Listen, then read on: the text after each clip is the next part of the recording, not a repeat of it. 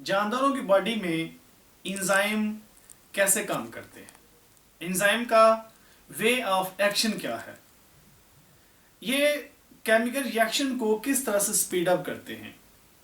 तो आइए स्टूडेंट्स, आज के लेक्चर में हम देखते हैं कि एंजाइम का मैकेनिज्म क्या है, एंजाइम किस तरह से रेट ऑफ केमिकल रिएक्शन को प्रोसीड करते हैं, किस तरह से एंजाइम केमिकल रिएक्शन को स्पीड अप करते हैं, उनकी एफिशिएंसी को कैसे बढ़ाते हैं।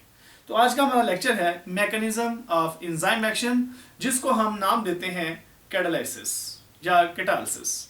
कैटालाइसिस एक ऐसा प्रोसेस है जिसमें हम कैटालिस्ट को इस्तेमाल करके रेट ऑफ केमिकल रिएक्शन को स्पीड अप करते हैं। आप लोगों ने ये बात पढ़ी है कि एंजाइम ग्लोबुलर प्रोटीन्स हैं। एंजाइम के पास 3 डायमेंशनल एक्टिव साइट होती है। एंजाइम की शेप भी 3 डायमेंशनल है, उसकी 3 डायमेंशंस होती हैं एंजाइम की, क्योंकि वो ग्लोबुलर शेप में है और उसकी शेप कैसी है, 3 डायमेंशनल।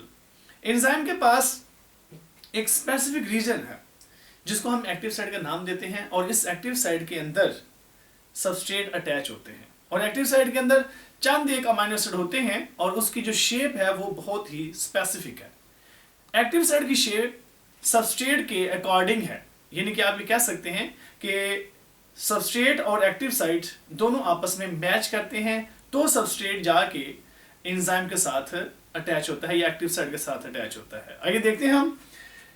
एंजाइम के पास एक स्पेसिफिक साइट है जिसको हमने एक्टिव साइट का नाम दिया है, और याद रखिएगा एक्टिव साइट के ऊपर चार्ज होता है, और ये चार्ज अमीनो एसिड की वजह से डेवलप होता है, और ये चार्ज जो सबस्ट्रेट के ऊपर चार्ज होता है उसके बिल्कुल अपोजिट चार्ज होता है, जिसकी वजह से सबस्ट्रेट और एंजाइम यानी कि एक्टिव साइट आपस में ज्वाइन कर जाते हैं। एक्टिव साइट के पास 2 रीजन्स हैं, एक को कहते हैं हम बाइंडिंग साइट और दूसरे को हम कहते हैं कैटालाइटिक साइट।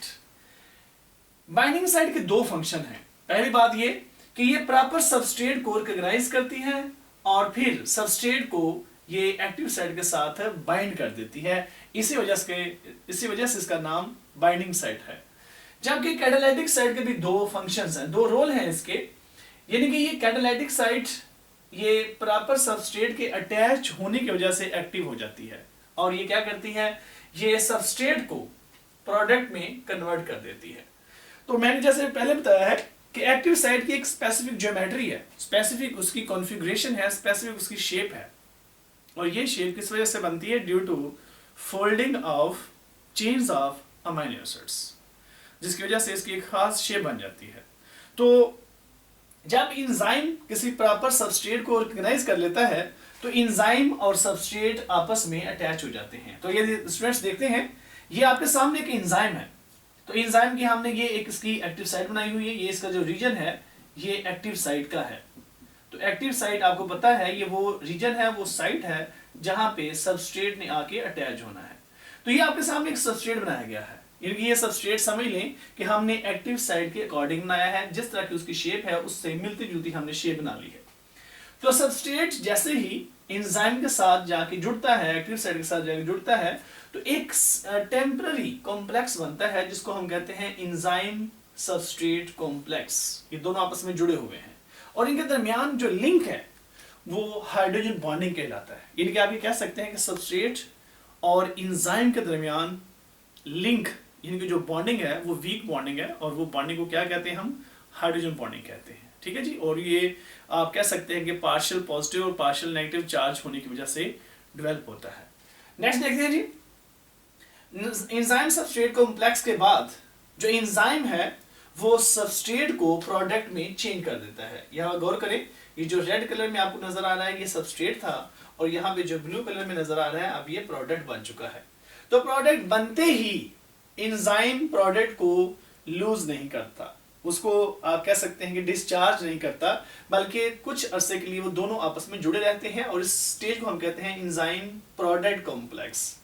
फाइनली एंजाइम इस सबस्ट्रेट को रिलीज कर देता है in the form of products, और एंजाइम एज सच रिलीज हो जाता है रिएक्शन में, और प्रोडक्ट को अपने साथ अटैच रखे बगैर और इनको इन्वायरमेंट में, इनके सराउंडिंग इन्वायरमेंट में रिलीज कर देता है और प्रोडक्ट्स बन जाते हैं। एंजाइम केमिकल रिएक्शन के दौरान खुद कंज्यूम नहीं होता, इसकी शेप डिस्ट्रॉय नहीं होती, ये जैसे शुरू में था वैसे ही रहेगा और ये दोबारा से केमिकल रिएक्शन में इस्तेमाल होगा। तो इसका यही मैकेनिज्म है। इसी वजह से हम कहते हैं कि एनवायरनमेंट के अंदर अगर थोड़े से भी एंजाइम अवेलेबल हैं तो वो भी रेट ऑफ केमिकल रिएक्शन को स्पीड अप कर सकते हैं। उसकी वजह यह है कि ये बार बार केमिकल रिएक्शन में इस्तेमाल होते हैं।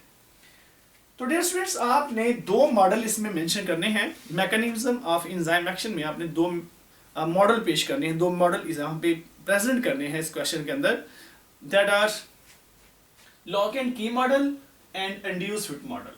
ठीक हो गया।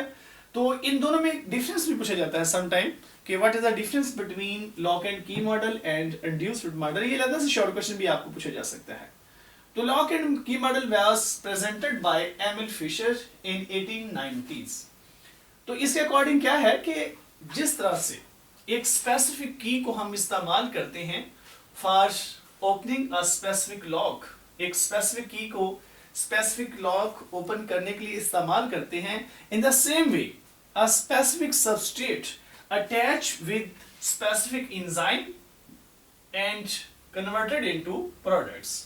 इसका मतलब ये हुआ कि ये एंजाइम की स्पेसिफिसिटी को भी शो कर रहा है कि जिस तरह से एक स्पेसिफिक की है हम उसको इस्तेमाल करते हैं स्पेसिफिक लॉक ओपन करने के लिए, एट द सेम वे जो एक स्पेसिफिक सबस्ट्रेट है वो स्पेसिफिक एंजाइम के साथ जाके अटैच हो जाता है और वो प्रोडक्ट में कन्वर्ट होता है। According to this model, enzyme की एक्टिव साइट एक रिजिड साइट है। ड्यूरिंग रिएक्शन, बिफोर रिएक्शन या आफ्टर रिएक्शन एक्टिव साइट में कोई चेंज नहीं आता। ये एक रिजिड स्ट्रक्चर है। लेटेस्ट स्टडीज इस मॉडल को ज्यादा सपोर्ट नहीं करती। इसके बाद जो सेकंड मॉडल है that is a induce fit model, इससे जरा गौर करें।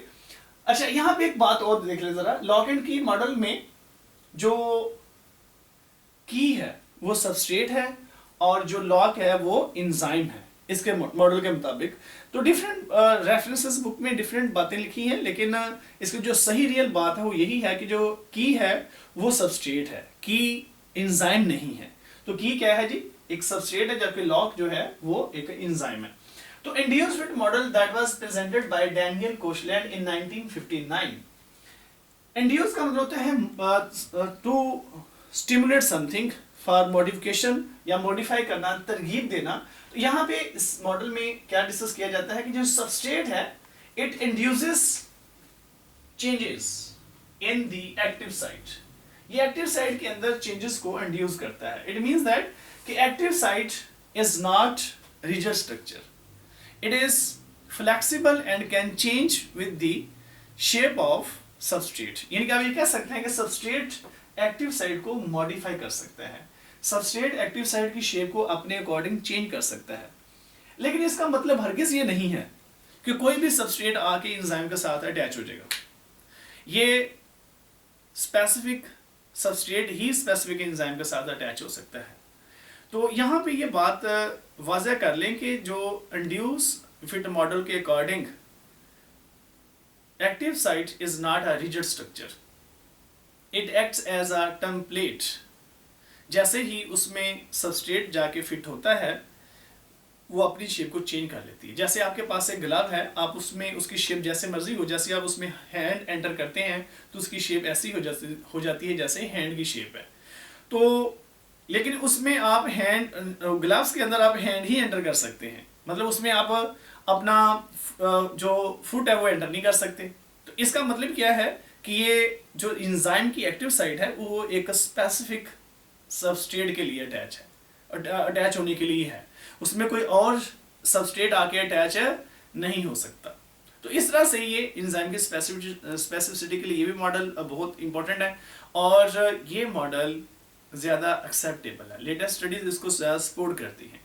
तो आप इन दोनों के दरमियान बड़ी आसानी से कंपेयर कर सकते हैं। अगर आपको कंपैरिजन आता है तो आप इसको बयान कर सकते हैं कि लॉक एंड की मॉडल के अकॉर्डिंग जो उसकी एक्टिव साइट है वो एक रिजिड है, इसके अकॉर्डिंग रिजिड नहीं है। और यहाँ पे एक्टिव साइट टेम्पलेट के तौर पर एक्ट नहीं कर रही, यहाँ पे एक्टिव साइट एक टेम्पलेट के तौर पर एक्ट कर रही है। तो इस तरह से स्टूडेंट्स आप दोनों के दरमियान बड़ी आसानी से डिफरेंसेस बयान कर सकते हैं। तो ये था इसका सिंपल मैकेनिज्म। नेक्स्ट इंशाल्लाह हम डिस्कस करेंगे factors affecting hour rate of enzyme action. अपना बहुत ख्याल रखिएगा। अल्लाह हाफिज़।